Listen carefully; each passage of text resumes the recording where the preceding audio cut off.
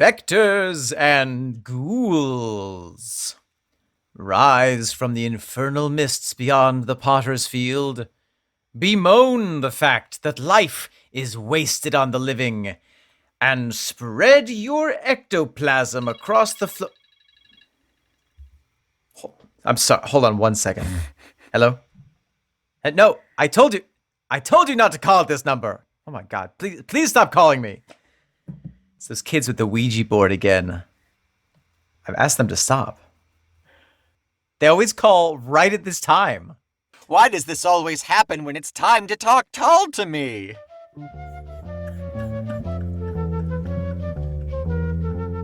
I've tried to have my spectral number delisted. You can't. There's always someone who gets through. There are people who don't pay attention to those laws in place. They ask stupid questions like, Welcome back. I am the ghost of Omen Sade. I'm the last dying breaths of Nick McGill. Together we are Feckless Momes. And this is Moan Tull to me. A paranormal investigation in the haunted house of Prog Rock in which near-birth experience McGill and Omen sensory leakage Sade take extensive psychic readings of every single song supernaturally long-lived band Jethro Tull has ever produced. We will be driven mad by the sounds of the bewitching bogeyman Martin Barr, exorcise demons through the power of D. Palmer's celestial strings, and watch astounded as John Evans plays the piano through psychokinesis, all while begging for visions of the future from the great Scottish aeromancer, Ian Anderson. That cloud looks like a pony. You will die. Near birth, Nick? Not near death? No, that's a real term. A near-birth experience. That's a paranormal thing. I'm baffled by that. I think anyone would be. Okay, great. As long as it's a normal thing. Yeah. For me to be baffled, I guess. Oh, I think yeah. Very disturbing. Seeing nearly being born and then not. Nick, hello. Welcome back. It's nice to see you again, as always. You're looking fresh as a daisy. I'm freshly blossomed just for you, Omen. Oh. Today we have another exciting show in store for our swell listeners, our sweet, sweet listeners, to whom we may appear as simply voices in the ether. But I assure you we have flesh and blood. Not both in the same place, but they're Nick has all the somewhere. blood, I have all the flesh. That's why we make such a good team. Yeah. Medically advised to stay together. Exactly. Yes, in fact, we do have an exciting. Maybe we should have timed this for the Halloween episode. Perhaps I should have. But instead, we're going in order. We are rounding out the end of Stormwatch here, Stormwatch proper, that is. This is the second track off of side B, or track number 7 for those of you playing on your MP3 player or your phone. People don't have MP3 players anymore. Yeah. It's a phone. on your iShuffle, is that what it was called? iPod Shuffle? Yeah. This week, we are talking old ghosts, and I thought this week, because of this song, it was an appropriate time to possibly discuss the ghostly elephant in the room, what we kind of haven't really talked about, thinking about this album as a whole, as some people say it is the end of an era. Others will say it was just a natural evolution, a natural progression. Take it as you will, but I have some notes that we will discuss before we dive into the song itself. Open your book made of human skin, full of teeth, and recite the runes that are in there printed, Nick. According to the Necronomicon, a quote from D. Palmer about fantastic. This album, this tour, kind of these quotes we're looking at just kind of the general zeitgeist of the band at this time, because certainly near the end of the era, people knew what was going on in the band. A simple quote from D is, "It was all happy until it became unhappy." And from Martin, "There were parts that were satisfying. It was a quite disjointed album. I wouldn't say it was a difficult album to record, but it didn't fall into place easily. There was an underlying stress. And then to quote Ian, my recollection of the sessions is there was good nature, but there were tensions in the band. It's certainly no secret that some members did not have a great relationship, so it was all rather complex. But you make the best of it. You're working there as a team and you get on with the job as best you can. So for much of the time, there was a certain amount of joking and banter, but at other times it could get quite uncomfortable. So after he came back from tour, John Glasscock expressed his fear to Dee that he was going to die. And Dee said to keep being an amazing bassist, but stop drinking and coking. And he didn't take that advice. Wow. Eventually, Ian put him on indefinite leave to get him away from the crowd of enablers, hoping that would force him to realize things and get himself clean. In response to that, Martin says, I believe in my mind that John loved the music of Jethro Tull more than anybody else that was ever in the band. And then Ian says, there was a lot of stress within the band, mainly to do with John Glasscock's illness. We sent him home and told him he had to get out of this spiral he was in, because it wasn't just his illness, it was lifestyle. He'd be on stage and his face would be white like wax with a film of sweat. I made him leave to get himself well, and sadly, he got worse, and then we got the terrible news that he'd passed away. Did we do everything we could to help? That's a question we'll ask ourselves forever. Wow. I just think it's, whenever someone dies too young, I think that's such a natural reaction to ask yourself, what could you have done differently? Right. Yeah. The truth is probably nothing. Right. I mean, in particular, when you're with that person all the time. Yeah. But by that point, I think Ian did the right thing. Absolutely. Try to get him out of that lifestyle. And then, it's on him to help himself. Yeah. Ian made it easier for him, but clearly it didn't work. So everybody in the band knew that the end was coming. Dee reckons that it was affecting the live performances too. They were not as tight and pristine as they had been in the past. After the penultimate show of the tour for Stormwatch, remember John was not on it. So after the penultimate show of the tour, they were told that John Glasscock had died the night before. To this day, that really still upsets Martin to this day. But that they weren't told when it happened? I think, maybe that or just the loss, But it actually hit Barry the most. John and Barry were super, super close. They were actually planning to form their own group. And I'm not sure, maybe that's Talus, which is the group with Dee and Barry, and there were a couple other musicians on there. Sure. It hurt Barry the most. They were planning their own group. He wept all the way through the last gig, but he didn't want to do, but management made him do it. They just had one more show. They had to finish it up. So once all that tour was done, their final stop was a live acoustic set for a radio show. And that was the last time that John Evans, Barrymore Barlow, and Dee Palmer played in Tull. Wow. Yeah. Really, I mean, the one quote that I want to offer from Passion Play was that it was the end of the Blackpool Mafia days. Sure, yeah, that's a good way to put it. And it coincided with the end of the 1970s. So it's really, I mean, it is a, obviously a huge time mark in the band, and the fact that it's punctuated by John's death just makes it all the more poignant. And I think, I think you can hear a lot of that in the music. You can hear that tension. It's because they're such good musicians. That tension is beautiful to listen to, even though it's not a good experience for them at that time necessarily. Yeah, there is that subconscious darkness underlying this entire album. Yeah, subcutaneous, subcutaneous, subconscious, subarctic, subcategorical. Yes. Submarine. So Old Ghosts was recorded June 28th, 1979. Took a single day to rip this baby out. It was inspired to a large extent. That's no one's ever used that before. No one will ever use it again. It was inspired To a large This song is going to overthrow Macbeth. Inspired to a large extent, but not solely, by the graveyard at the bottom of the garden of Kilmarie House on the Isle of Skye.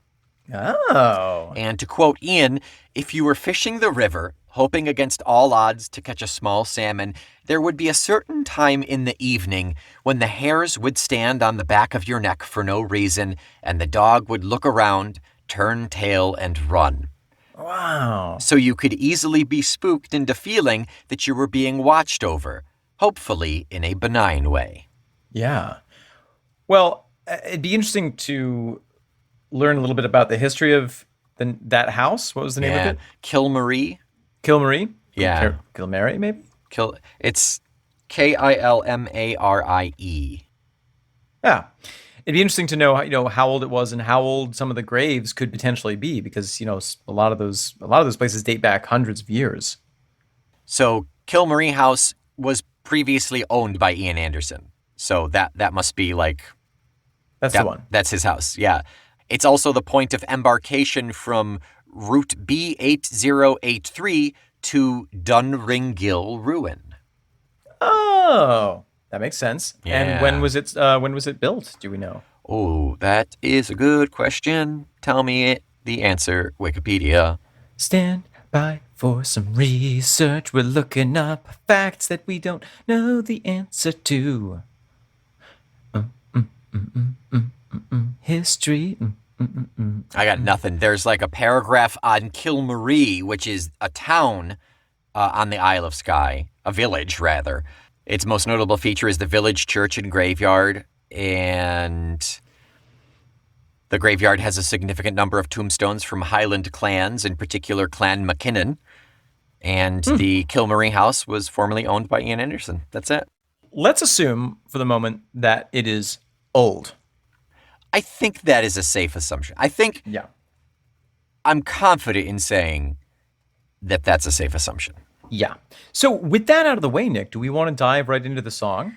Well, finally we'll dive into this song, yeah. Which is Old Ghosts. Let us resurrect it in our ears.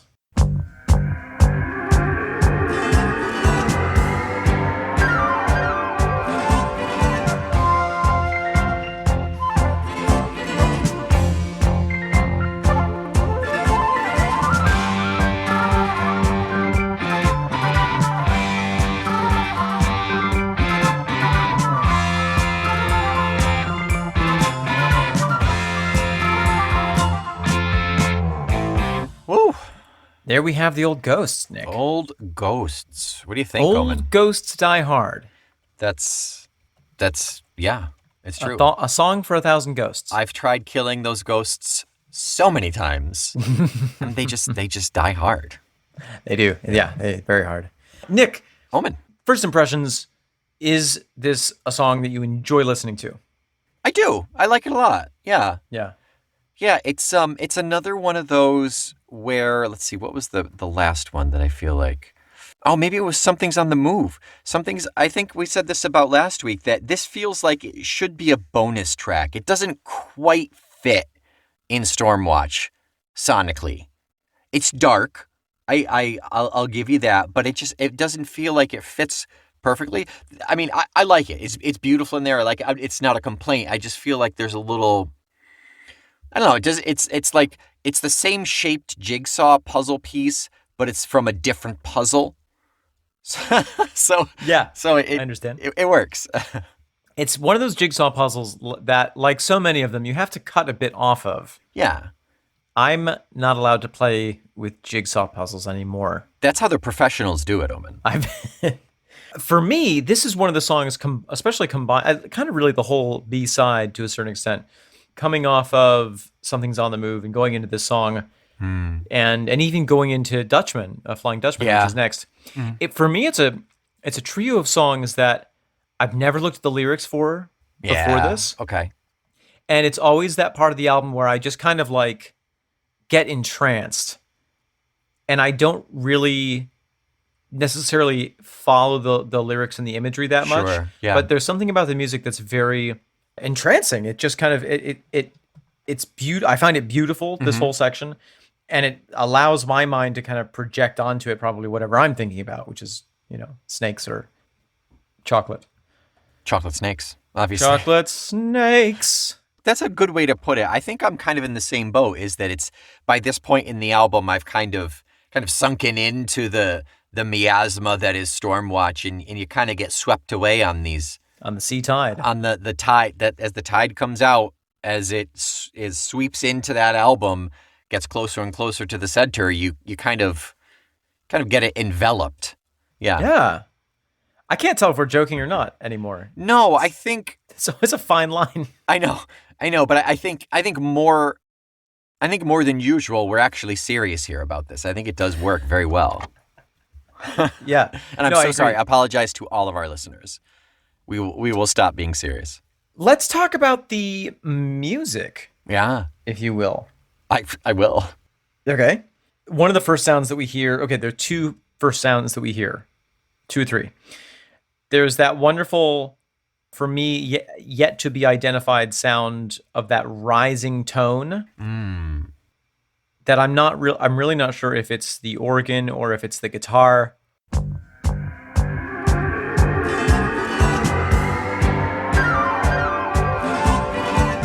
I don't know what that is. Don't know. And I think it is intentional. I think it is meant to just give you this sense of dis-ease. Yeah. And we also have the bass, which is being played by Ian. Ian slaps on the bass in this one. He's quite serviceable on the bass. He's very, very good. He's servicing that bass. This bass has been serviced by Ian Anderson. We will check it up in 3,000 miles, but until then, it is good to go. That's good. Yeah.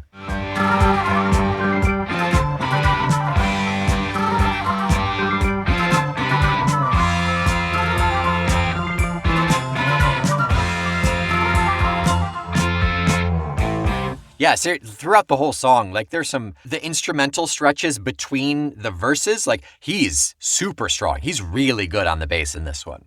And the bass is quite forward. Yeah, maybe this is a Steve Wilson touch here, but it is very... I listened to the non-Steve Wilson remix, the original mix, and it was quite heavy in that as well. Okay. Which I think is nice. It's very thematic. It gives you a sense of apprehension and kind of like, ooh, what's around the corner? What's stomping? Who goes trip-trapping over my bridge? Right. Like you said, with that kind of sweeping up sound in the beginning that is clearly there but unidentifiable. Yes. Pulling the bass so forward is also a nice trick because you're not really accustomed to hearing the bass so prominently. Yeah, often. Maybe it was just Ian really proud of this, so he made the excuses like, oh yeah, you don't hear the bass often, so let's pull that forward. I doubt it. I think it was an artistic choice. I think so. Then the other thing that we hear is the flute, where Ian is doing that wonderful flutter tongue that he employs so to such great effect in this song.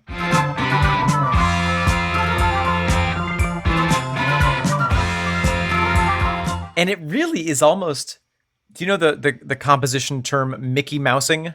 It sounds vaguely familiar. That's when you compose to an image. That's like, you have the cartoon and then you compose or you play the organ to the silent film in such a way that it goes along with it. Mm-hmm. Interesting. The way, when I listen to him play the flute in that manner, especially right at the top, it's like it's Mickey Mousing an image of a ghost for me. Yeah, that's funny.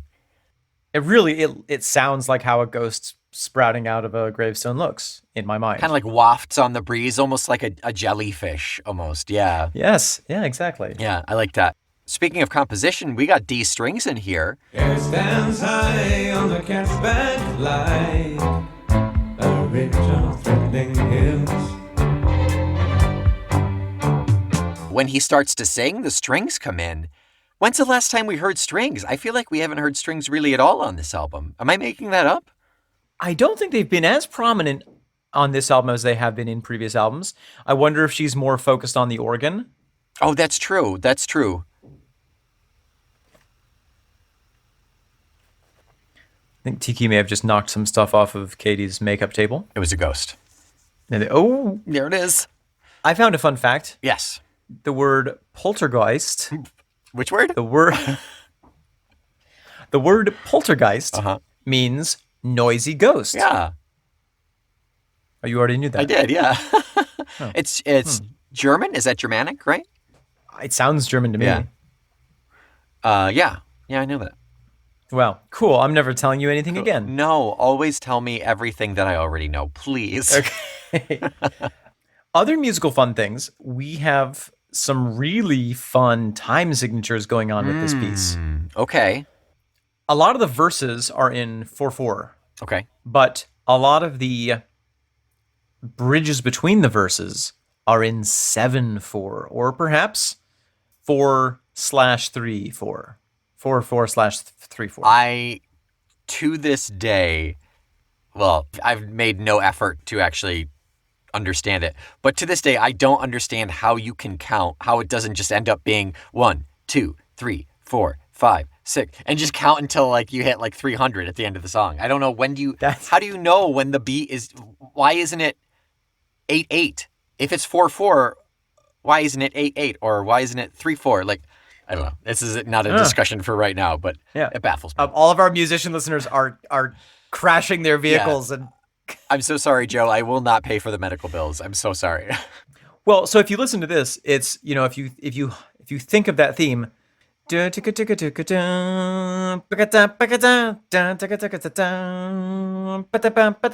clear start and finish to that phrase. The way it's written. Okay. 1, 2, 3, 4, 5, and a 6 and a 7. 1, 2, 3, 4, 5, and a 6 and a 7. Bow. It follows. Okay. So if you counted that in 8, you'd be off. You'd be counting when the missing a phrase piece, yeah. had already finished. Okay. All right. Little amateur music instruction for everybody. Did I sell you on it? Are you down with divided measures, or are you going to use the? I think Joe might be dead at this point, but yeah, I think I understand. Okay, but it's not that simple, because there are some places in the verse where there's like an extra beat or a beat removed. Yeah. And I couldn't count it out. Yeah. Impressive, bonkers. The level of expertise that's going on in songs like this, especially this late into Tull's oeuvre, how far they've evolved. It's almost a shame that it's lost on a schlub like me. Okay.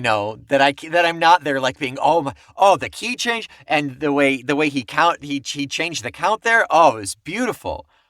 Well, I don't think it's lost on you. I mean, for me, that's like saying you have to know how to assemble and build a German car engine in order to appreciate driving a BMW. Okay. You don't have to. Okay. Driving a BMW is fun, I've read. Someone told me once. Let me make it Italian. Driving a BMW is fun. Why would that be Italian? That was a dumb joke. Oh, okay. What I meant was driving my Fiat 500 Abarth is a lot of fun. Okay. I have a very limited knowledge of how an internal combustion engine works, but I don't need to appreciate it. But you just like you appreciate don't know, you don't need to know exactly what's going on under the hood, as it were. Okay. To get enjoyment out of this song. I feel better about it now. Thank you. I appreciate that. But if the song breaks down, you do have to take it to an expert. Oh my God. They're so expensive. More expensive. They have to order parts from Scotland. It takes forever. It's true, especially these days. Sorry, we need a new flute. Oh, God damn. Really? I just replaced the flute. Now, Nick, I have a question for you about the music of this song. Yes. And then I think we should probably move on to the lyrics. Let us do that. Is there a languidity of this song that is not present in the earlier songs off of this album? Also, is languidity a word? I think it is. Just like lugubriousness is. Yeah. I think that might be the closest we've come to pinpointing why this feels so different. This song feels so different, is its languidity. It's linguini. It's languidity in clam sauce.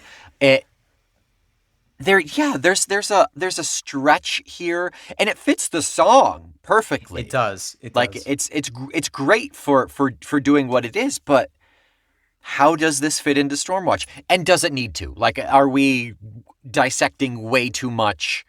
Is it perfect where it is because that's where Ian chose to put it? Right. And to a certain extent, it's like, well, these are the songs that Ian wrote when he was living on Skye, and so of course this makes sense in that in that context because Right. it's about a place on Skye. Yeah. But to me, there is musically a certain oiliness to this song Okay. that I think really works thematically with the rest of the album. Yeah. Yeah, I'll take that. I like that. Yeah. There's a stretching and a pulling and a contracting.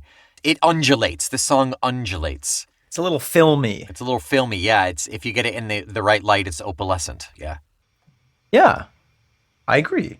I think there's nothing possibly that we could say more intelligently about the music, so let's move on to the I lyrics. promise you that. So this is just a really classy ghost story. Yeah? Kind of? Yeah, it is. It is. I totally agree. Which is nice because we haven't really had just a straight up ghost story before. Yeah, there's a level of, and it's not complex, but there's this level of, like Ian does so well in poetically describing things, mundane things. That's what we get here in this spooky environment. Right, except it's supernatural things. Yeah, right. But you're right. The story is there's a place I go where there's ghosts at. Yeah. But the way he tells it is so, it reminds me, and maybe this is like a really dumb American analogy, but like it reminds me of a Celtic knot, the way he weaves the language and the images around each other. I get it. It's hard to see where they come from. You know, it's where they start and where they end. Yeah. In that quote from Ian where he says, you feel the hair stand up on the back of your neck, and it's easy to feel like there's something there, So he's not saying there is something there, but he understands how people could get that feeling, that getchy feeling. To me, it in a way, it feels a little bit like, is that Solstice Bells or Beltane or something Songs from the Wood era where he says you feel you hear a branch crack behind you. It's just the old gods. He's offering an explanation to that feeling. Regardless of what you think it is, regardless of what it really is, this is an explanation. I'm trying to think of what that song is. Yeah. It's just the old gods getting older. Stand by, well, we look up some facts. Where was it? We heard it a while back when we were talking Tull to you in the old days, 1992. Ooh, ooh, ooh, ooh. Miley Cyrus has really let herself go. Yeah, I think maybe it was Beltane, maybe it was Solstice Bells. I can't. Yeah, I would have to pull up lyrics to figure out which one it actually was. But And that is what you would have to do. and I won't. I refuse. I love the first image. Hair stands high on the cat's back like a ridge of threatening hills. Hair stands high on the cat's back like a ridge of threatening hills. Anyone who's ever owned a cat knows exactly what that looks like. Yeah, When a cat gets freaked out and their tail puffs up, and they arch that back. right, and then the fur on that little ridge stands up to Yeah. make themselves look bigger so they can be more threatening, which is adorable. Yeah. Oh my gosh, Ganon does that with Yuki. We're still trying to get Right. the kittens used to Yuki, and he is just the biggest wuss, biggest scaredy ever. So like Yuki just needs to like move, and he'll just arch that back and bottle Yeah. brush that tail, and he's such an adorable dope. And then we have, the image that Ian said in the quote of the dog running away with their tail behind their Between their legs. tail between their legs. Yeah. Sheepdogs howl, make tracks on ground, their tails hanging low. Now, this one is interesting. And young children falter in their games at the altar of life's hide and seek. And young children falter in their games at the altar of life's hide and seek. What is the altar of life's hide and seek? Is that a gravestone? Is he talking think about a it is. cemetery? Right? I think that life's hide and seek is life and death. Yeah. Coming in and out of life. Also, people return to a gravestone because that's the last physical thing they have of that person. There is no life there. They're seeking life, but Oh, that's all they got. yeah, I like that a lot. And it makes total sense that Ian's kids could have been playing hide and seek in the graveyard. Sure. Because why wouldn't you? Yeah, if it's along the road of this tiny little town that your manor house is in, yeah. Right. And I mean, there's people have often said that children are in some ways more attuned to the supernatural than adults are. And I've definitely seen moments where, kids are playing and then suddenly they all just stop. Yeah. And it's like, good. What's happening? And then they all start playing again. Yeah. It was Children of the Corn, but still. I was babysitting a kid once, and this was the most hair-raising moment of child interaction I've ever had.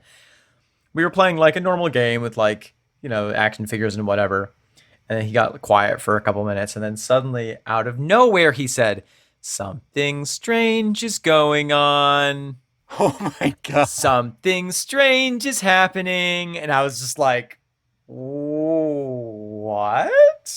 And I think it must have been something that he heard off of television.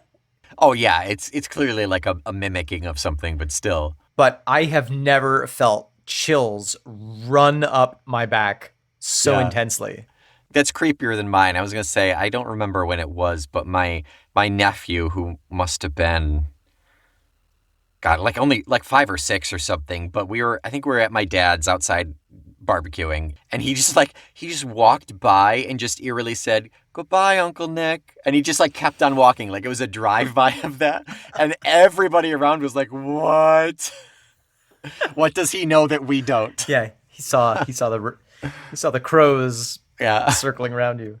So then we get to the chorus. "I'll be coming again like an old dog in pain, blown through the eye of a hurricane, down to the stones where old ghosts play." I'll be coming again like an old dog in pain, blown through the eye of the hurricane, down to the stones where old ghosts play. Hey.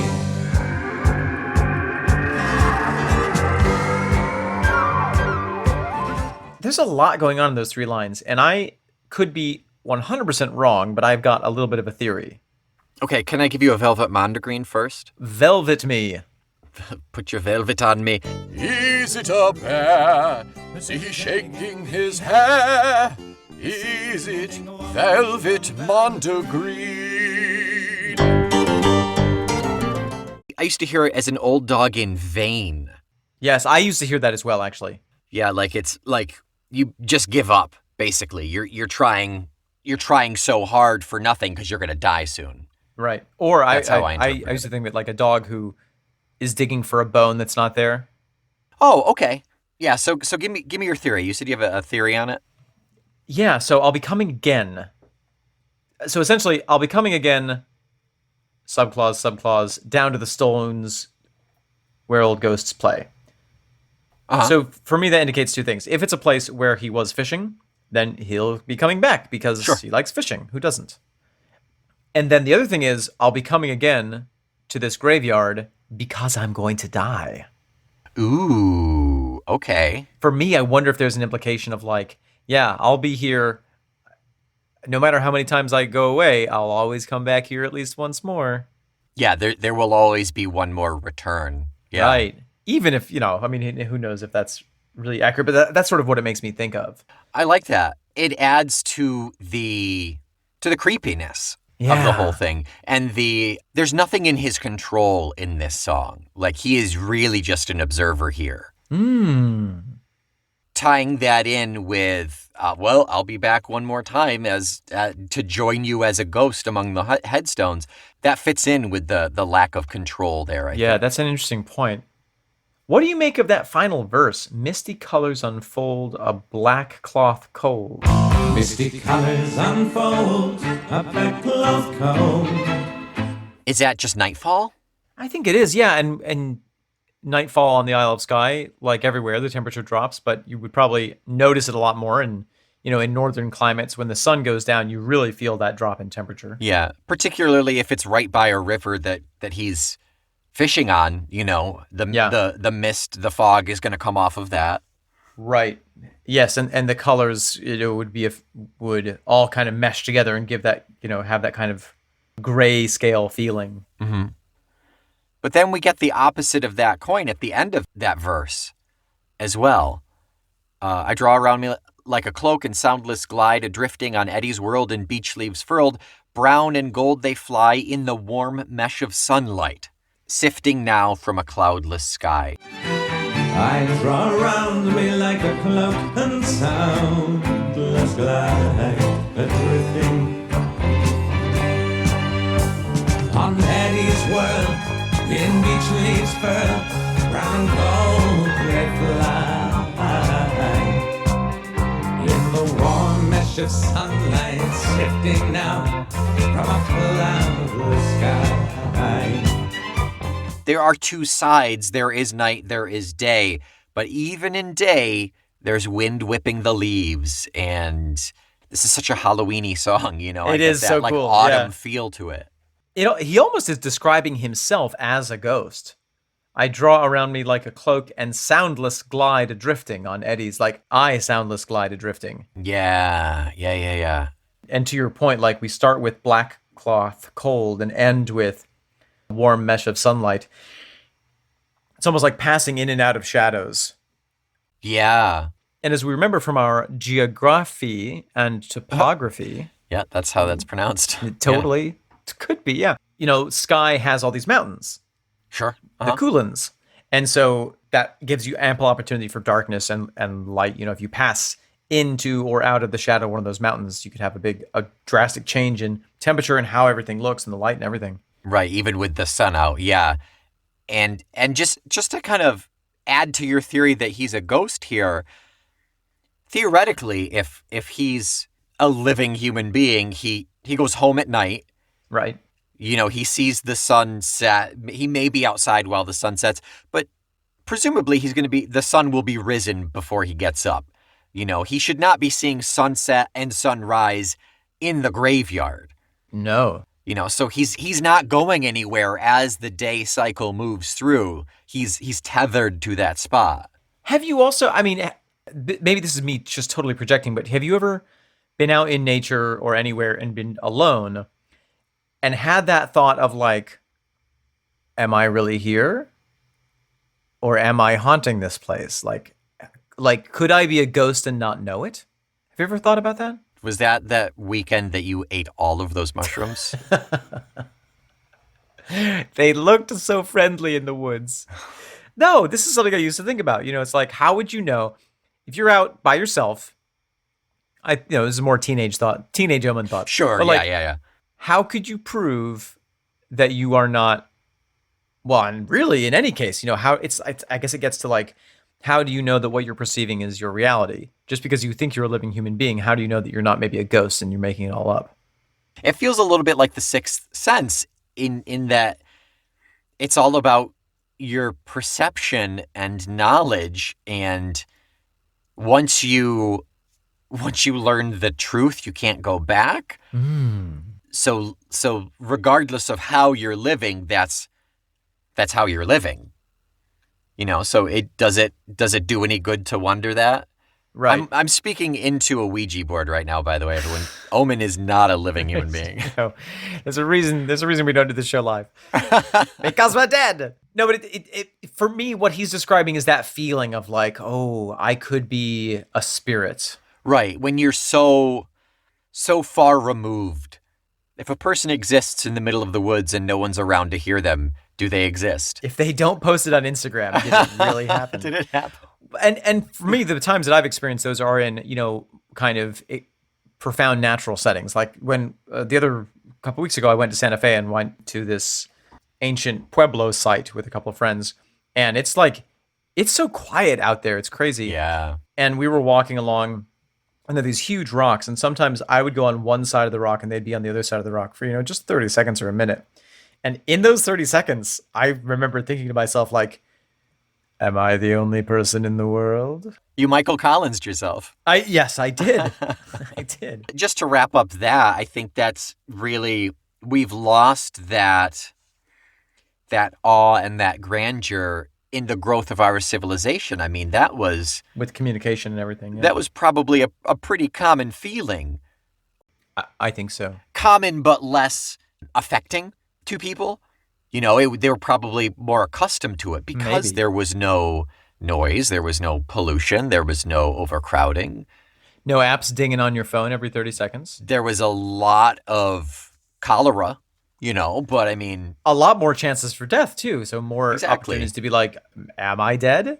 Did the plague kill me? yeah, you see death more readily and more often, and it is less guaranteed. Like, oh, you are going to live until you're 90. Like we know we have a lifespan as human adults in 2021 or 2022 when you hear this from the past. And yet the thing that connects us to our ancestors is all of us do die. And as the Stoics said, you should meditate on, in Latin, what is it? Memento mori. Remember that you Yeah. will die. Yeah, remember death. Yeah. And I think this is such a wonderful, kind of fun, spooky take on that concept. It's like, oh yeah, there's the graveyard that eventually I will be there, whether it's that graveyard or a different graveyard. Yeah. I'm going to go back there at some point. And having that spooky feeling on the back of your neck of reminding you like death is awaiting. It's not weird, it's just normal. Yeah, right. I think honestly, maybe that's the big takeaway from this is it's not weird, it's normal. What's up, everybody? It's ya boy, Death. Welcome back to my channel. Die death to me. Die, death to me.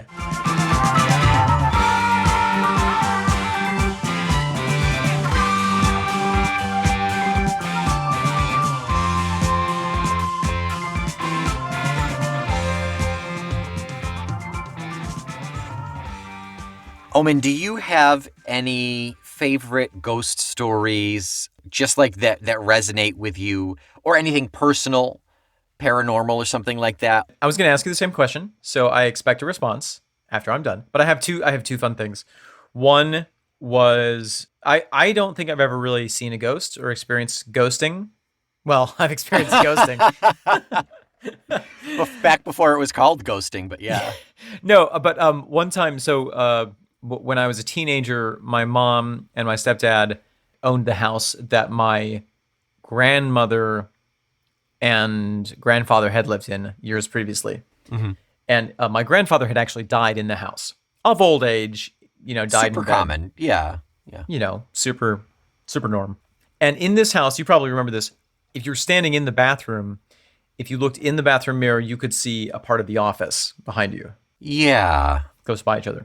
Yep. So one time I was like brushing my teeth, getting ready for bed, and I looked up and in the mirror, I saw somebody standing in the office. And I thought, oh yeah, well it's either my stepdad or my mom.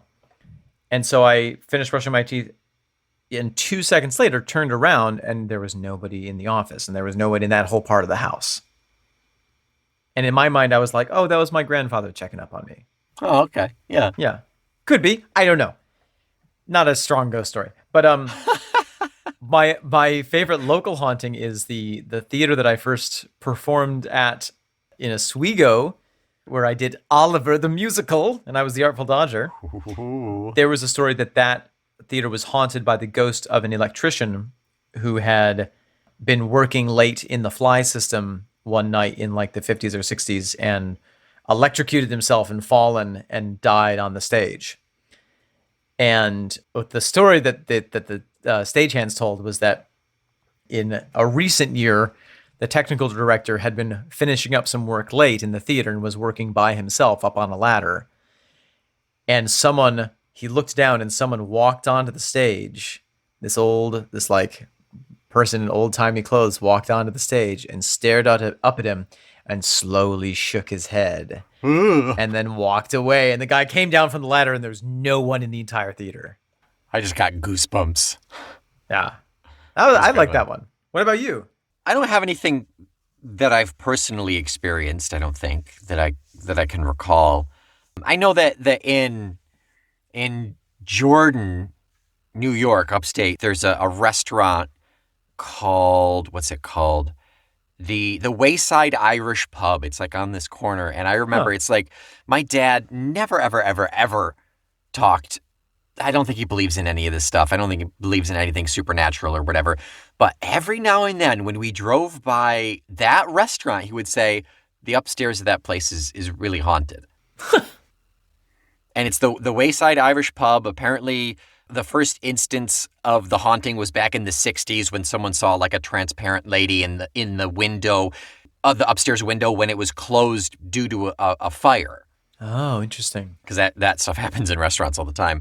And then they say there's like a friendly ghost named Harry and all sorts of stuff. It's been featured on a couple of like haunted New York things and the stuff. But that's like the one that's like every time I drive by it, I'm like, maybe. Who knows? In Santa Fe, there's a hotel that apparently is so haunted that they have to ask the ghost's approval before they do any renovation on it. Because otherwise she'll like steal the tools and like make stuff happen. Wow. And apparently she really loves roses. So every time they need to fix anything in the place, they bring like a dozen roses to the room that's super haunted. And they're like, here you go. Just let us do some things. We need to do some upkeep. And then she's cool with it. It's just a lady that lives in the walls and she just like really likes flowers. Eats roses. And eats roses for some reason. Yeah. It's weird. It's weird. Next week. Do you know what we're talking next week? I do know what we're talking about next week. Last week?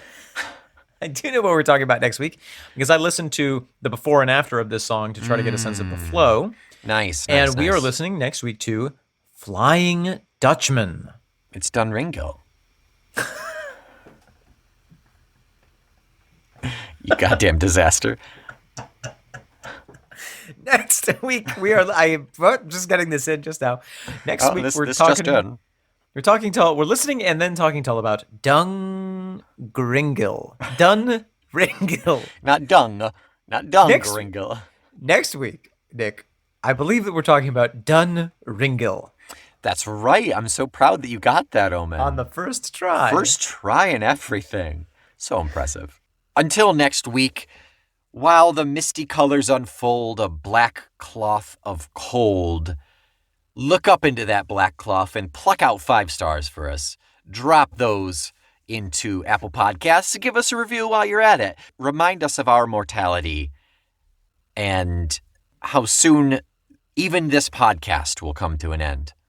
No one will live forever, including you, but your legacy can live on in the form of a positive review and 5-star rating on Apple Podcasts. And what better way to be buried for the rest of your life than in some Talk Tull to Me merch? Head on over to the Talk Tull to Me store. little dark there, a little macabre. Yeah, buy some merch. Link in the show notes. Until next week. I've got one more. Okay. If you feel like you are a lonely drifting ghost in the world of Jethro Tull, join the festive graveyard of our Patreon, where you can consort with other members of the delightful undead. And for only $5 a month, you can chat away with all the other ghosts there who haunt our Patreon page and Discord channel. Until next week, I am the old dog in pain, Nick McGill. I am the whirling beach leaf, Omen Sade. We are the children faltering in their games, the Feckless Momes. And this is Blowing You Through the Eye of a Hurricane. Talk Tull to Me.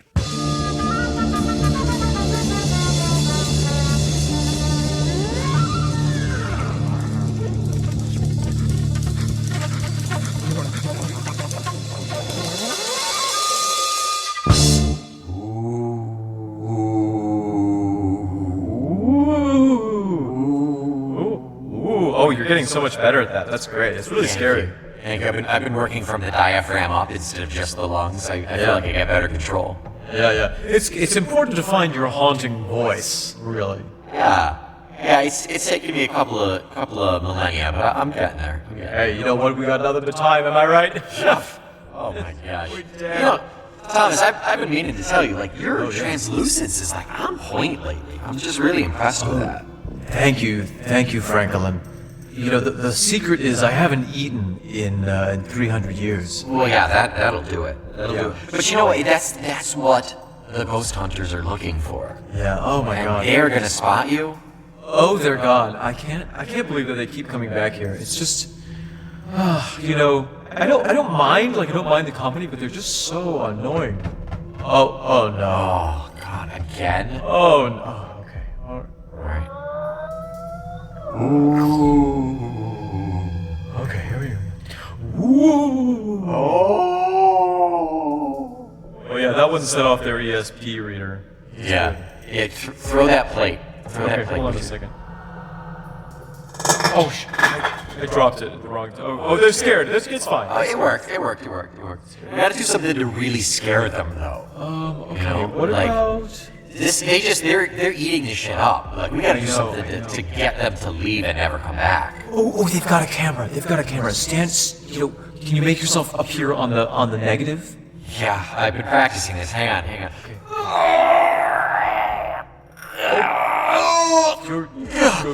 You go spooked. Oh, no. I tried really hard. Did it work? Do you think it worked? I don't think so. They don't seem scared anymore. They don't seem scared. I'll turn on the TV and be a voice from the static.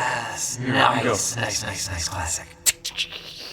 Health insurance can be the best health insurance for you. You never have to worry about your health again after you purchase Blinko's health insurance for only $19.99 a week. They don't seem scared. I mean, you just sounded like a commercial. It's been a while. You weren't threatening their lives or telling them to get out. It was really just informative. They probably have better health insurance now. Okay, what if we take over their bodies? Ooh, and make them do stuff? Yeah, we can make them dance or do that creepy backwards walking thing. Oh my gosh, do you know how to do that? I haven't tried that for years. I've never done it by kill 'em. myself. I always break their back. I know. Okay, what if you do the arms and I'll do the legs? Okay, like a horse costume, yeah. Yeah, okay, here we go.